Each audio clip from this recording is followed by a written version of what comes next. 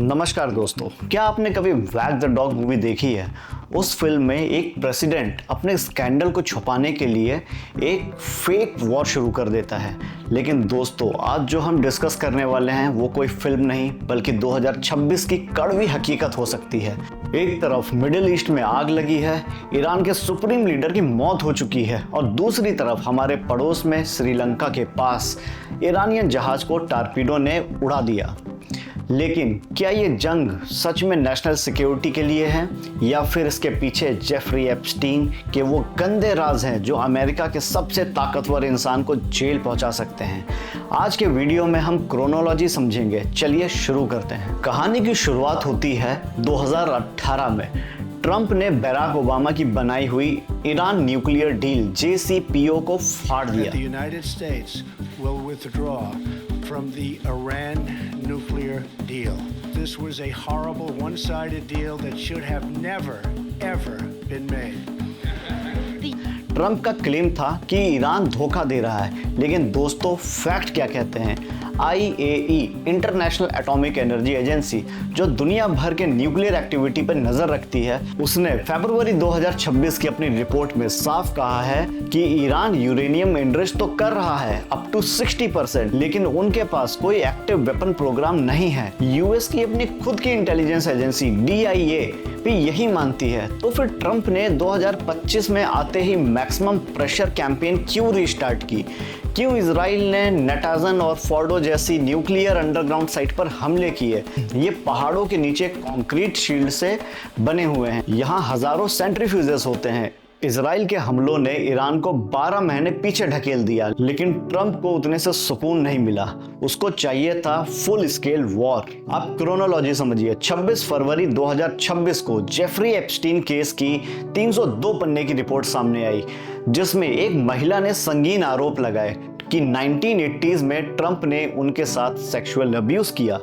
The Justice Department released a batch of previously unreleased documents from the Epstein files that include notes from FBI interviews with the woman who says she was assaulted by President Trump as a minor. In interviews with the FBI, the woman alleged she was assaulted by Mr. Trump in the 1980s and that she was also a victim of Epstein's.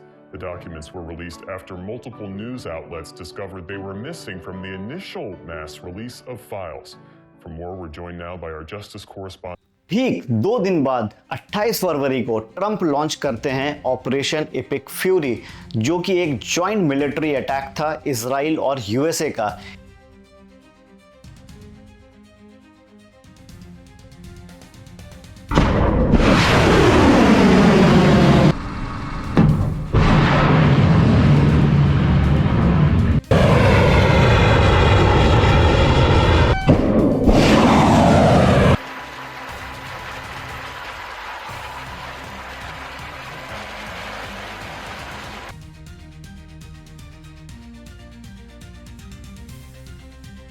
Operation Epic Fury, which includes footage of what appears to be its military operations targeting Iran.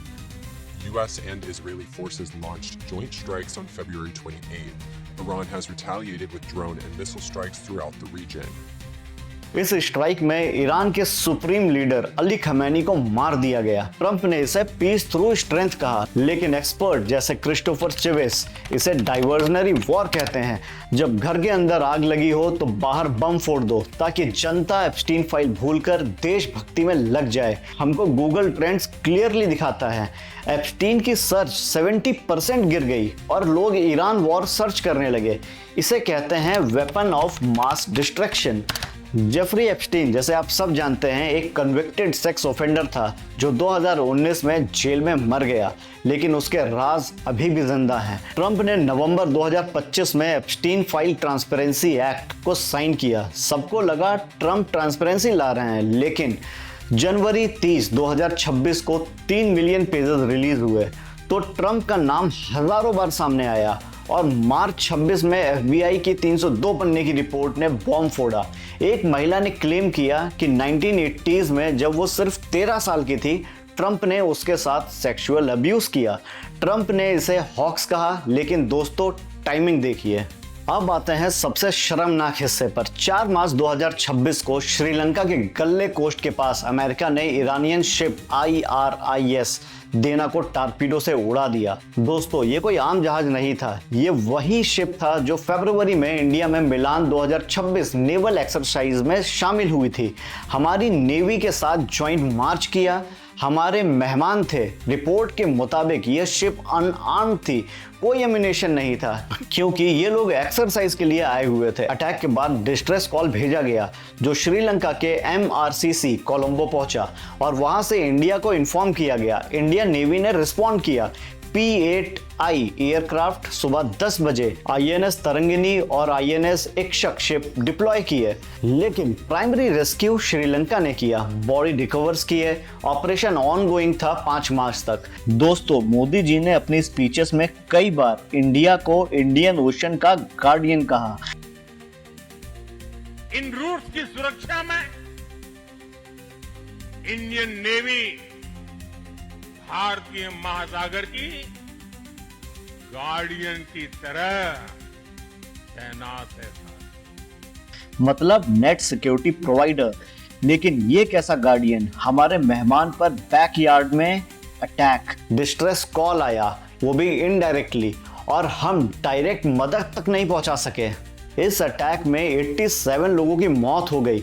हमारे trade route पे attack हुआ है। ये हमारी security, हमारे petrol के दाम सब खतरे में है। ईरान ने बदला लेने के लिए अमेरिकन टैंकर को टारगेट करना शुरू किया।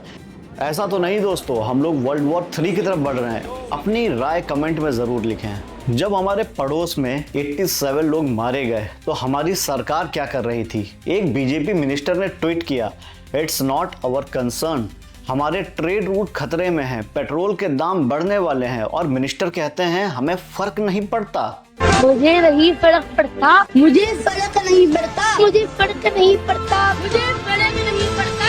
लेकिन दोस्तों, टीवी चैनल पर क्या चल रहा है? वही बुर्ज खलीफा वाला फेक ड्रामा। इन्होंने इंटेंशनली ऐसे मुद्दे उठाए ताकि आप IRIS देना के बारे में ना पूछें।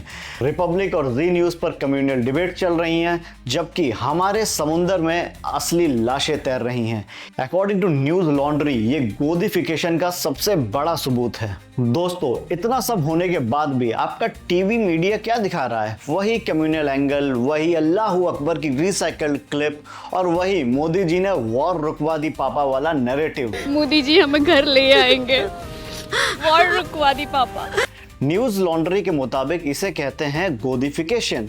तो दोस्तों, क्या हम एक ऐसी दुनिया में रह रहे हैं जहां लीडर अपने स्कैंडल छुपाने के लिए युद्ध का सहारा लेते हैं?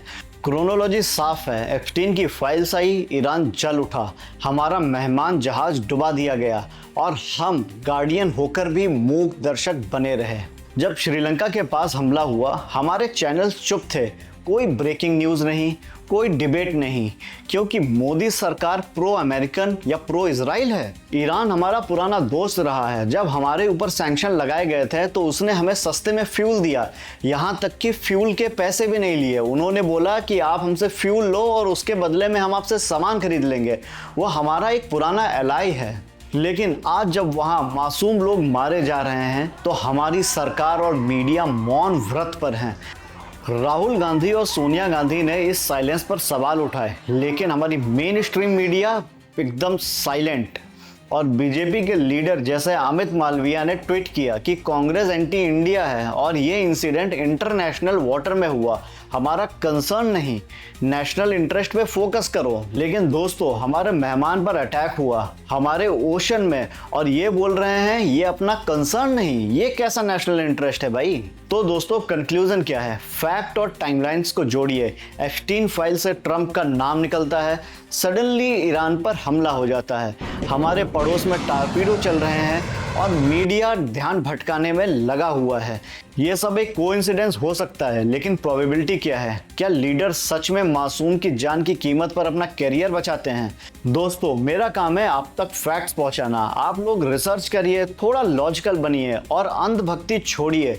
अगर आपको लगता है ये वीडियो ज़रूरी है तो इसे हर ग्रुप में शेयर कीजिए। नेक्स्ट वीडियो में हम लोग बात करेंगे स्ट्रेट ऑफ हॉर्मुज़ की। कैसे बहुत बड़ी प्रॉब्लम आने वाली है। क्या आपको लगता है ट्रंप ने एप्स्टीन फाइल से ध्यान भटकाने के लिए ये जंग शुरू की? कमेंट में अपनी राय जरूर दें और इस वीडियो को शेयर करें ताकि सच्चाई सब तक पहुंचे। मिलते हैं अगले वीडियो में। जय हिंद। And subscribe.